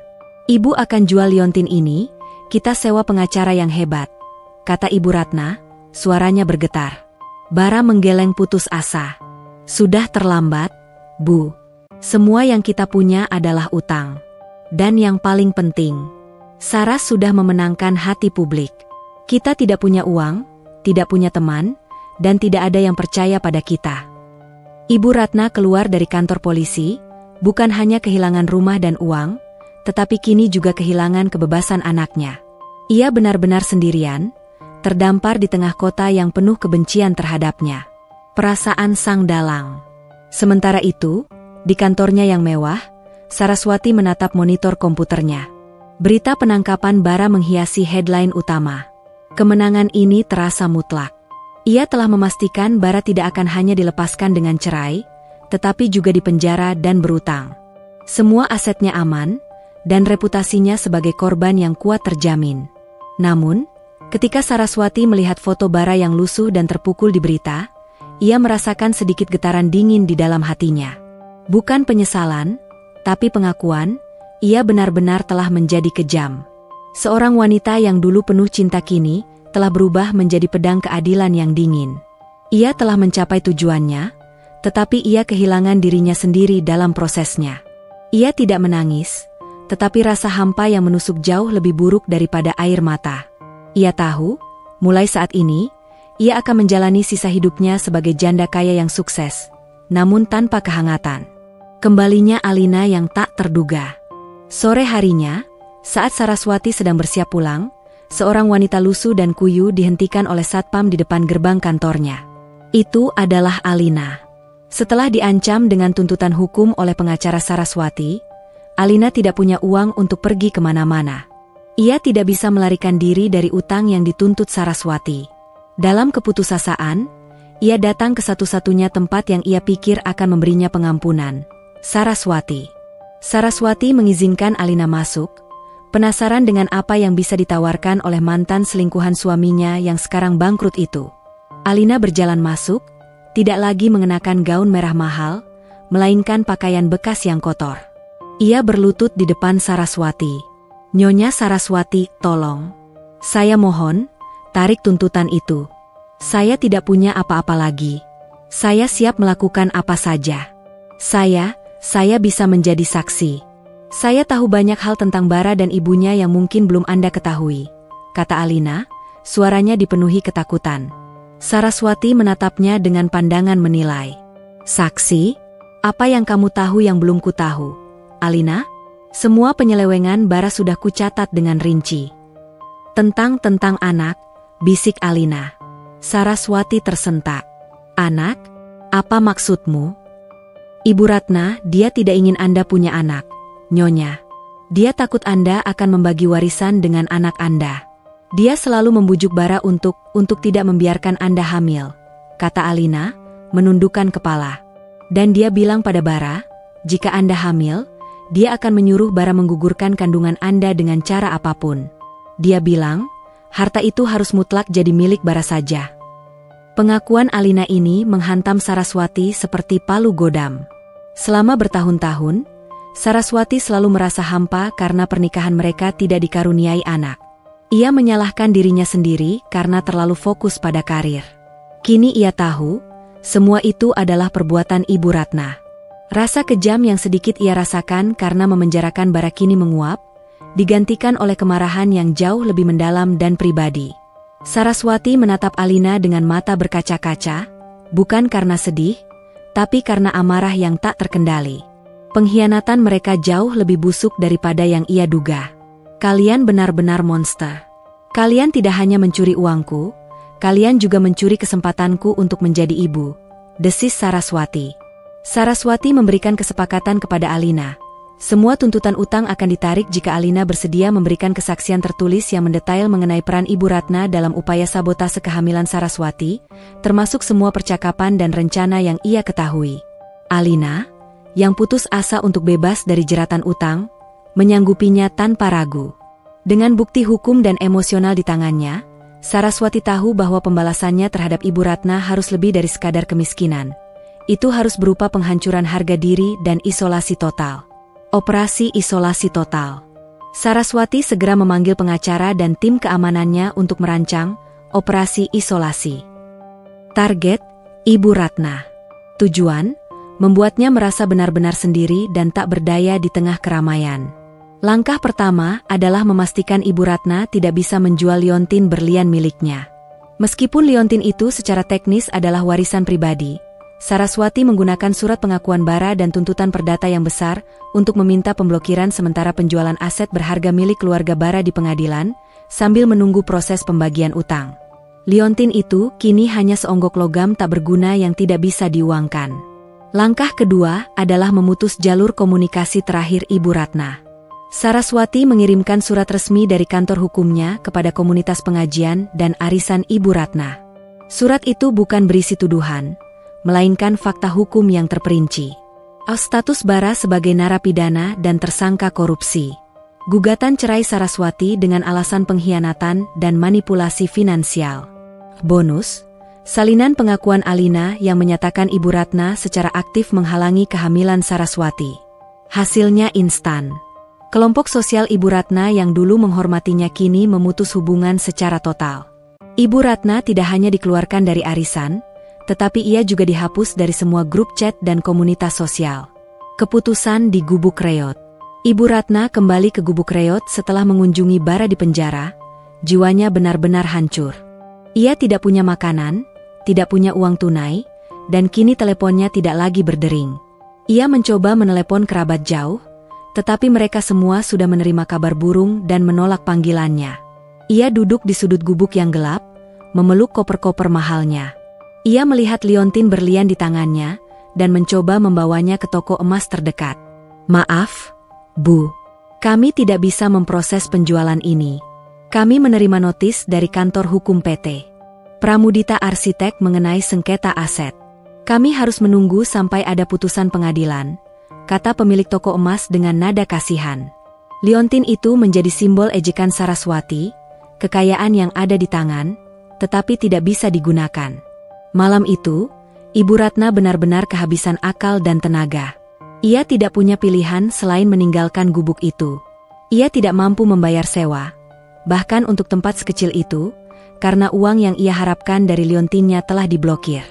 Ia memutuskan untuk pergi ke tempat terakhir yang ia rasa ia punya hak, rumah adik kandungnya, Tuan Hari. Penghinaan terakhir di hadapan keluarga.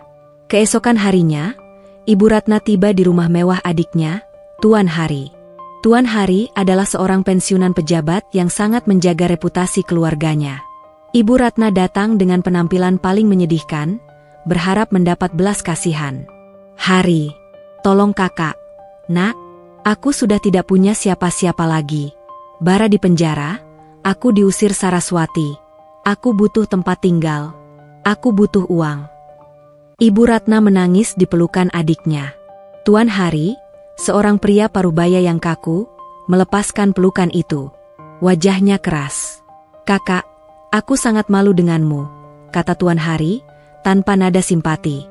Ibu Ratna terkejut. Malu? Kenapa? Karena aku miskin? Bukan. Aku malu karena surat dari pengacara Saraswati. Dia tidak hanya mengirimkan bukti kebobrokan bara, tapi juga bukti kebusukan hatimu. Tuan Hari mengambil sebuah printout dari meja, salinan pengakuan Alina. Kau tahu mengapa Saraswati tidak punya anak? Itu karena kau dan anakmu. Kau meracuni pikiran bara. Kau menghalangi menantumu hamil karena kau takut hartanya terbagi. Kau tidak hanya menamparnya. Kak, kau mencuri kehidupannya, kata Tuan Hari, nadanya dipenuhi jijik. Semua tetangga, semua kerabat, sudah tahu tentang ini. Kami tidak bisa menampungmu. Reputasi keluargaku akan hancur jika aku berasosiasi dengan ibu yang tega merampas hak seorang wanita untuk menjadi ibu demi uang. Tuan Hari memberikan amplop tebal kepada Ibu Ratna. Ini uang tunai. Cukup untuk menyewa kamar kos yang layak untuk beberapa minggu. Setelah itu, silakan cari jalan hidupmu sendiri. Aku tidak punya kakak yang berhati iblis sepertimu. Ibu Ratna terhuyung, tangannya gemetar memegang amplop itu. Pukulan terakhir telah mendarat tepat di jantungnya.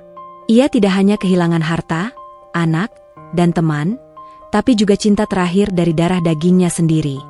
Ia tersadar bahwa kejahatannya jauh lebih besar daripada yang ia duga. Ibu Ratna meninggalkan rumah adiknya, berjalan perlahan di jalanan, sendirian. Ia tidak punya tujuan, tidak punya harga diri, dan tidak ada yang mau melihatnya. Saraswati telah memenangkan perang paling kejam. Ia telah membuat Ibu Ratna sepenuhnya sendirian di dunia ini. Setelah diusir oleh adik kandungnya, Ibu Ratna benar-benar menjadi gelandangan. Uang tunai dari Tuan Hari habis dalam beberapa minggu untuk sewa kamar kos yang kotor. Ia tidak bisa lagi menipu, memanipulasi, atau mengancam. Reputasinya telah mendahuluinya. Semua pintu pertemanan dan keluarga tertutup rapat karena cerita tentang tindakannya menghalangi kehamilan Saraswati. Ibu Ratna akhirnya berakhir di bawah sebuah jembatan layang di pusat kota, daerah yang ironisnya dulu sering ia lewati dengan mobil mewah dalam perjalanan menuju acara-acara sosialita. Ia tidur di atas kardus, dikelilingi oleh pemulung lain. Kondisi fisiknya memburuk. Ketergantungan pada obat-obatan mahal yang dulu dibelikan Saraswati membuatnya menderita sakit kepala dan insomnia parah. Ia yang dulu angkuh kini harus mengemis makanan. Bahkan, ketika ia mencoba mengenakan pakaian branded sisa-sisa kemewahannya, ia hanya menarik perhatian jahat. Suatu malam, ia dipukuli dan dirampok oleh sekelompok preman. Saat itulah karma datang menjemputnya. Ia duduk di tepi jalan, memeluk sisa tas lamanya, menangis. Ia tidak lagi menangisi kehilangan hartanya, tetapi kehinaan dan kesendirian yang ia rasakan. Dalam keputusasaan yang absolut, ia akhirnya melihat kembali tamparan yang ia berikan kepada Saraswati. Saraswati benar, aku iblis. Aku pantas menerima ini, bisik Ibu Ratna, suaranya parau. Penyesalan datang terlambat, pahit, dan mematikan.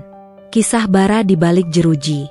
Di dalam penjara, Bara mengalami siksaan yang berbeda. Sebagai mantan orang kaya, ia menjadi target empuk bagi narapidana lain. Ia dihina, dipaksa melakukan pekerjaan kotor, dan terus-menerus diingatkan akan statusnya sebagai direktur maling yang masuk penjara karena uang. Penderitaan mentalnya jauh lebih buruk. Setiap malam, ia merenungkan satu hal. Ia telah menukar istrinya yang setia, kekayaan yang tak terbatas, dan masa depan yang terjamin, dengan beberapa bulan kencan murahan dan sebuah tamparan di pipi ibunya. Ia mengirim surat kepada Saraswati, bukan untuk memohon, tetapi untuk meminta maaf yang tulus. Isi surat Bara, "Saras, aku tidak pantas mendapat pengampunan. Aku hanya ingin kamu tahu, aku benar-benar menyesal. Bukan karena kehilangan harta, tapi karena aku menyadari betapa bodoh dan serakahnya aku. Aku menghancurkan wanita terbaik dan satu-satunya orang yang benar-benar peduli padaku. Terima kasih atas semua pelajaran ini, meski sangat menyakitkan. Kuharap kamu bahagia, Sar. Kamu pantas mendapatkannya." Saraswati menerima surat itu. Ia membacanya tanpa emosi, namun ia mengakui bahwa penyesalan Bara tampaknya tulus. Itu adalah bagian dari kemenangan yang ia inginkan. Mereka harus mengakui kesalahan mereka secara utuh. Peran tak terduga Alina. Sementara itu, Alina berhasil lolos dari tuntutan utang berkat kesaksiannya. Namun, ia tidak kembali ke kehidupan lamanya. Tuntutan hukum dan skandal itu telah menghancurkan karirnya sebagai influencer. Ia kini bekerja sebagai pelayan kafe sederhana. Suatu sore, saat pulang kerja, Alina melihat seorang wanita tua lusuh sedang mengais makanan di tempat sampah di dekat kafe. Ia mengenali liontin berlian di leher wanita itu, liontin yang kini hanya menjadi hiasan tak berguna. Itu adalah Ibu Ratna. Alina, yang dulu membenci wanita tua itu, kini merasakan gelombang kasihan yang mengejutkan. Ia teringat bagaimana Ibu Ratna juga menjadi korban kebohongan Bara, dan bagaimana ia sekarang sendirian. Alina mendekati Ibu Ratna dan memberikan sebungkus nasi bungkus yang baru ia beli. "Tante Ratna, ini aku, Alina," bisik Alina. Ibu Ratna mendongak, matanya yang kuyu membulat. Ia tidak marah, hanya malu. Kau sudah bebas?" tanya Ibu Ratna pelan. "Sudah, Tante." Saraswati menarik tuntutannya. "Tapi saya tidak lagi punya apa-apa." "Saya sudah insaf, Tante," jawab Alina. Alina tidak menyimpan dendam, justru rasa kasihan. Ia tahu, meskipun ia adalah pelakor, Ibu Ratna adalah korban dari ambisi dan ego dirinya sendiri. "Saya akan membantu Tante. Saya tidak bisa membiarkan Tante tidur di sini," kata Alina, menawarkan Ibu Ratna untuk tinggal di kamar kos sempitnya untuk sementara waktu. Ironi yang pahit, dua wanita yang pernah menjadi musuh, yang bertarung memperebutkan Bara dan hartanya, kini menjadi sekutu dalam kemiskinan dan penyesalan. Alina menyelamatkan Ibu Ratna, bukan karena cinta, melainkan karena solidaritas sesama wanita yang hancur oleh laki-laki yang sama.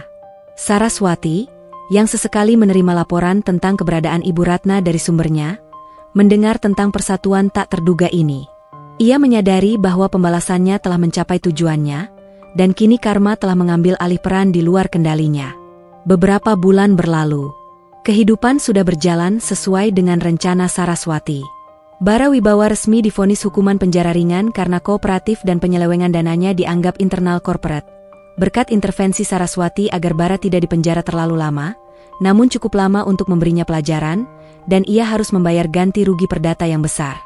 Saraswati secara resmi menyandang status janda kaya. Penyelesaian akhir. Pagi itu, Saraswati menerima surat keputusan cerai dari pengacaranya. Ia membacanya dengan tatapan kosong. 7 tahun pernikahan, yang diakhiri dengan selembar kertas dingin. "Semua sudah selesai, Bu Saras. Harta Anda aman. Gugatan perdata atas Bara akan terus berjalan, memastikan utangnya terjamin seumur hidup. Untuk Ibu Ratna dan Alina, karena Alina sudah menjadi saksi, tuntutan atas dirinya sudah dicabut. Ibu Ratna, dia berada di luar yurisdiksi kita. Lapor Bapak Hermawan, pengacara Saraswati." "Baik, Pak Hermawan." Terima kasih atas kerja keras Anda. Mengenai Bara, tolong pastikan dia menerima perawatan kesehatan yang layak di penjara. Bukan dari uang saya, tapi dari utangnya. Saya tidak ingin dia mati di sana.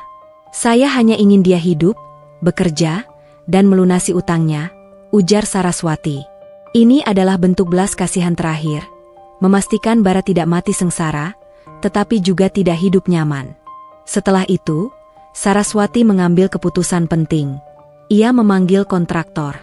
Ia memutuskan untuk menjual rumah megah itu. Rumah ini terlalu banyak menyimpan kenangan pahit. Pak, saya ingin menjualnya dan mencari tempat tinggal baru. Rumah yang saya bangun untuk diri saya sendiri, bukan untuk sebuah ilusi keluarga, jelasnya kepada kontraktor. Rumah itu adalah kandang emas yang selama ini menjebaknya. Dengan menjualnya, ia benar-benar memutus ikatan terakhirnya dengan Bara dan Ibu Ratna. Perjumpaan yang tak terhindarkan. Saraswati menyelenggarakan lelang tertutup untuk menjual beberapa barang mewah yang dulu dibanggakan Ibu Ratna dan Bara, termasuk mobil-mobil yang mereka gunakan. Uang dari penjualan ini akan langsung dimasukkan ke kas perusahaan untuk menutup kerugian. Saat lelang berlangsung di galeri, Saraswati melihat keramaian. Di antara kerumunan, ia melihat Alina. Alina datang bukan untuk membeli, melainkan untuk melihat. Ia berpakaian sederhana, terlihat lebih kurus, tetapi matanya memancarkan kedamaian yang aneh. Saraswati mendekatinya. Alina, kau datang? Alina tersentak, kemudian membungkuk hormat. Nyonya Saraswati, saya hanya ingin melihat barang-barang itu. Untuk mengingatkan diri saya, bahwa kemewahan bisa secepat ini hilang. Saya sudah bekerja keras di kafe, dan saya membantu Tante Ratna. Bagus. Saya menghargai kejujuranmu. Dan bagaimana kabar Ibu Ratna? Tante Ratna sudah jauh lebih tenang. Nyonya, dia sering minta maaf. Dia sekarang tinggal di panti jompo sederhana yang saya carikan. Saya sering mengunjunginya. Dia bilang, karma datang lebih cepat dari yang dia sangka, kata Alina, mengutip ucapan yang sama persis dengan judul cerita ini. Saraswati terdiam. Ia melihat ke arah Alina. Apa kau menyesali semua yang kau lakukan? Tanya Saraswati. Tentu, Nyonya. Tapi saya juga berterima kasih. Saya dulu hanya melihat uang. Sekarang saya belajar mencari uang dengan jujur. Saya juga belajar bahwa wanita kuat seperti Anda tidak seharusnya dihancurkan oleh pria lemah, jawab Alina tulus. Perkataan Alina menyentuh Saraswati. Dalam kehancuran mereka, Bara dan Ibu Ratna telah mengajarkan Alina sebuah pelajaran yang berharga. Kenyamanan di balik kemenangan. Meninggalkan Alina, Saraswati menuju mobilnya. Ia melihat ke belakang, ke arah rumah megah yang akan segera berganti kepemilikan. Ia telah memenangkan semua pertarungan, hukum, finansial, dan moral. Saraswati mengemudi ke tempat yang ia anggap pelabuhan barunya. Sebuah apartemen penthouse kecil yang ia beli secara anonim, di mana ia hanya memiliki sedikit perabotan, tetapi pemandangan kota yang luas. Di sana, ia duduk di sofa barunya, memegang amplop surat Bara yang ia terima dari penjara. Ia telah membaca permintaan maaf Bara berkali-kali. Saraswati tidak lagi merasa marah, tidak lagi dendam. Ia hanya merasa damai. Mereka telah membayar harganya. Dan aku telah mendapatkan kebebasanku, bisik Saraswati. Namun, ia tahu, kebebasan ini datang dengan harga yang mahal. Ia harus mengorbankan bagian dari kemanusiaannya. Setahun telah berlalu sejak persidangan perceraian Saraswati selesai dan Bara di penjara. Saraswati kini tinggal di penthouse barunya, dihiasi dengan desain minimalis yang mencerminkan jiwanya yang kini bersih dari beban. Ia kembali fokus sepenuhnya pada pekerjaannya. Tanpa gangguan Bara dan tuntutan Ibu Ratna, perusahaan arsitekturnya mencapai puncak kejayaan, memenangkan beberapa tender internasional bergengsi. Ia menjadi simbol wanita yang tak terkalahkan, seorang janda kaya, cerdas, dan tangguh. Refleksi kemenangan. Meskipun ia telah memenangkan segalanya, Saraswati tahu bahwa kemenangan ini datang dengan harga yang mahal. Sifatnya menjadi lebih dingin, lebih perhitungan, dan lebih tertutup. Ia kini menaruh tembok tinggi di sekeliling hatinya, takut pada pengkhianatan yang sama. Suatu malam, Saraswati sedang melihat laporan keuangan. Ia melihat kolom utang Bara yang masih besar, dan ia juga melihat donasi besar yang ia lakukan secara anonim ke sebuah panti jompo sederhana. Ia tahu, panti jompo itu adalah tempat tinggal Ibu Ratna. Aku tidak bisa membiarkan dia mati di jalanan, tapi aku juga tidak bisa membiarkannya hidup nyaman. Gumam Saraswati pada dirinya sendiri. Keputusannya mendanai panti jompo itu adalah kompromi moral terakhirnya. Ia memastikan Ibu Ratna mendapat tempat yang bersih dan makanan yang layak, namun tanpa kemewahan, dan yang terpenting, tanpa kehadirannya. Ia melakukan ini bukan karena cinta, melainkan karena ia tidak ingin akhir dari pembalasannya ternodai oleh kematian yang tragis atau penyesalan yang tidak perlu. Ia juga menerima kabar dari pengacaranya bahwa Bara di penjara kini menjadi orang yang pendiam dan fokus bekerja. Surat permintaan maafnya adalah satu-satunya komunikasi tulus yang pernah mereka lakukan di akhir pernikahan mereka. Bara telah belajar, dan itu sudah cukup. Pertemuan dengan masa lalu, Alina. Saat makan siang di sebuah restoran yang sering ia kunjungi, Saraswati melihat seorang pelayan yang dikenalnya. Alina. Alina kini bekerja sebagai manajer shift di kafe kecil itu. Ia tampak lebih dewasa, lebih bertanggung jawab, dan yang paling penting, lebih tulus. Alina datang ke meja Saraswati. Nyonya Saraswati, selamat datang. Biar saya yang layani Anda. Terima kasih, Alina. Kamu terlihat baik, balas Saraswati. Terima kasih, Nyonya. Saya sudah mulai menabung. Saya hidup jujur sekarang. Saya sering mengunjungi Tante Ratna. Dia sering menyebut nama Anda, bukan dengan amarah, tapi dengan rasa terima kasih yang menyakitkan. Dia bilang, Anda adalah satu-satunya yang mengajarkannya tentang karma sejati, kata Alina sambil tersenyum tipis. Alina melanjutkan, saya juga ingin berterima kasih lagi. Saya sekarang tahu, hidup mewah tanpa harga diri itu tidak bernilai apa-apa. Saraswati mengangguk. Ia melihat penebusan sejati pada Alina, sesuatu yang tidak ia sangka akan ia temukan. Alina, si pelakor murahan yang dulu ia hina, kini menjadi contoh betapa hancurnya hidup bisa mengarah pada perubahan positif. Saya doakan kamu sukses, Alina. Jalani hidupmu dengan baik, kata Saraswati. Saat Alina berbalik, Saraswati mengamati pelayan muda itu. Alina adalah pengkhianat, tetapi Bara dan Ibu Ratna telah membangkitkan sisi terburuknya. Kini, setelah mereka semua menerima hukuman, Alina mendapatkan kesempatan kedua, menutup pintu lama. Malam itu, Saraswati membuang semua sisa-sisa barang dari pernikahan lamanya. Foto-foto Bara, hadiah-hadiah mahal yang tidak terpakai, dan bahkan cincin kawinnya yang dulu ia lempar ke lantai kini ia buang ke tempat sampah. Ia telah membuang masa lalunya yang beracun. Ia telah mengambil kembali hartanya, harga dirinya, dan yang paling berharga, kendali atas hidupnya. Ia berdiri di balkon penthouse-nya, menatap kerlap-kerlip kota. Ia tidak lagi mencari cinta, tetapi ia mencari tujuan. Ia tahu, ia harus belajar membuka hatinya lagi, tapi kali ini, ia akan membangun fondasinya sendiri, fondasi yang tidak bisa digoyahkan oleh pengkhianatan atau ketamakan. Karma memang datang lebih cepat dari yang kusangka, bisiknya, mengingat kembali bagaimana ia ditampar di depan umum. Namun, ia menyadari, karma itu bekerja dua arah. Tamparan itu memicu kebangkitannya, yang pada akhirnya membawa keadilan bagi mereka yang mengkhianatinya, dan kedamaian bagi dirinya sendiri. 5 tahun telah berlalu sejak Saraswati resmi menjadi janda. Ia berusia 35 tahun, berada di puncak karirnya, dan memiliki kekayaan yang jauh melampaui mimpi terliarnya. Perusahaannya, PT Pramudita Arsitek, kini tidak hanya mendominasi pasar domestik, tetapi juga telah sukses merampungkan beberapa proyek mercusuar di Asia Tenggara. Saraswati Pramudita telah menjadi legenda, seorang arsitek visioner yang juga dikenal karena ketegasan dan kebal hukumnya. Kehidupan baru Saraswati. Saraswati tidak menikah lagi. Ia tidak mencari cinta, namun ia membuka diri untuk kemitraan yang didasarkan pada rasa hormat dan kesetaraan. Ia belajar untuk mempercayai nalurinya dan berinvestasi pada orang-orang yang hanya termotivasi oleh integritas, bukan uangnya. Apartemen penthouse kecilnya menjadi tempat perlindungan. Di sana, ia tidak lagi membangun benteng, melainkan laboratorium untuk dirinya sendiri. Ia menemukan kembali hasratnya yang hilang, filantropi. Ia mendirikan yayasan untuk membantu wanita yang terjebak dalam pernikahan beracun dan memberikan beasiswa bagi arsitek muda dari latar belakang yang kurang mampu.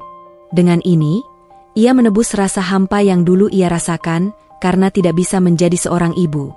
Ia menjadi mentor bagi banyak wanita muda, memberikan mereka fondasi kuat yang tak bisa digoyahkan oleh pria atau pengkhianatan. Setiap bulan, ia menerima laporan rutin dari Bapak Hermawan.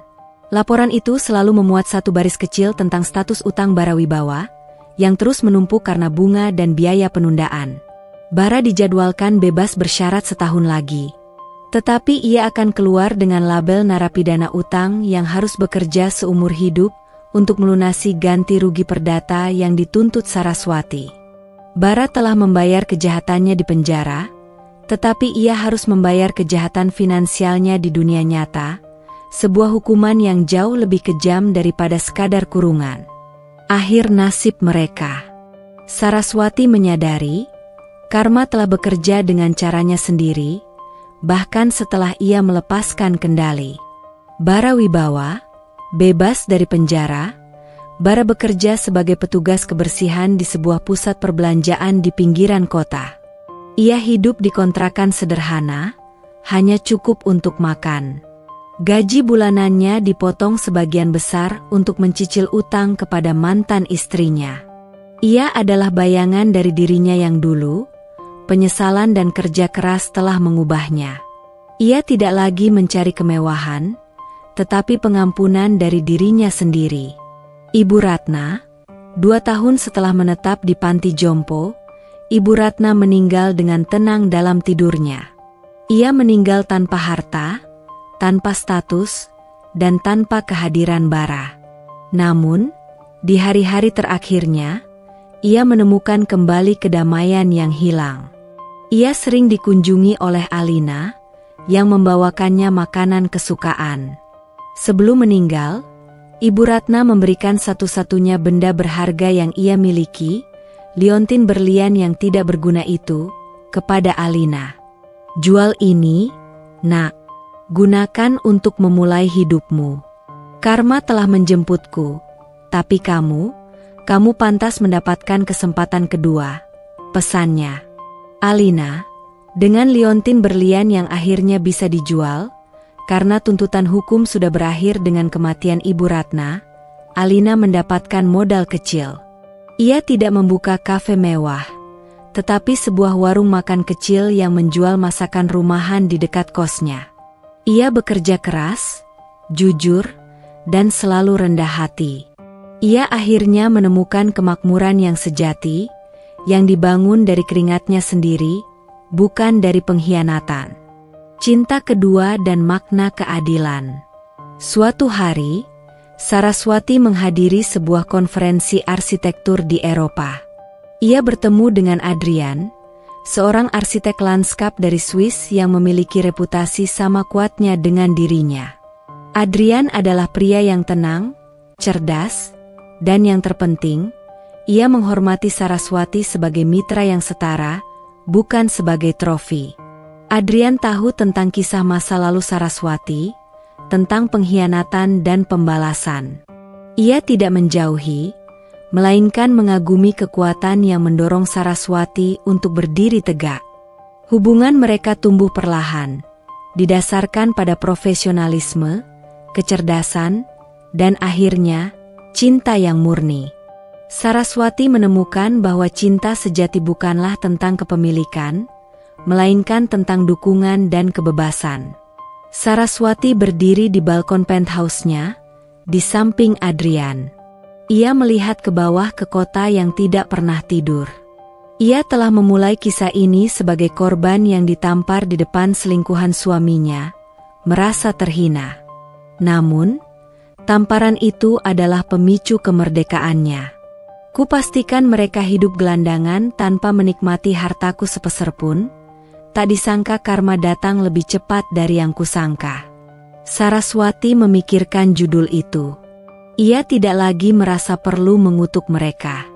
Karma telah bekerja. Mereka semua, Bara, Ibu Ratna, dan Alina, telah mendapatkan hasil dari perbuatan mereka, dan ia sendiri, sebagai sang eksekutor, telah mendapatkan kedamaian dan kebebasan yang ia cari. Keadilan Saraswati adalah keadilan yang dingin, terencana, dan tanpa ampun. Tetapi pada akhirnya, itu adalah keadilan yang membersihkan jiwanya dari pengkhianatan dan memberinya kesempatan untuk memulai kembali, lebih kuat dari sebelumnya. Jejak kaki Saraswati kini telah berada di jalan yang baru, dibangun dari reruntuhan masa lalu yang telah ia robohkan dengan tangannya sendiri. Tamat.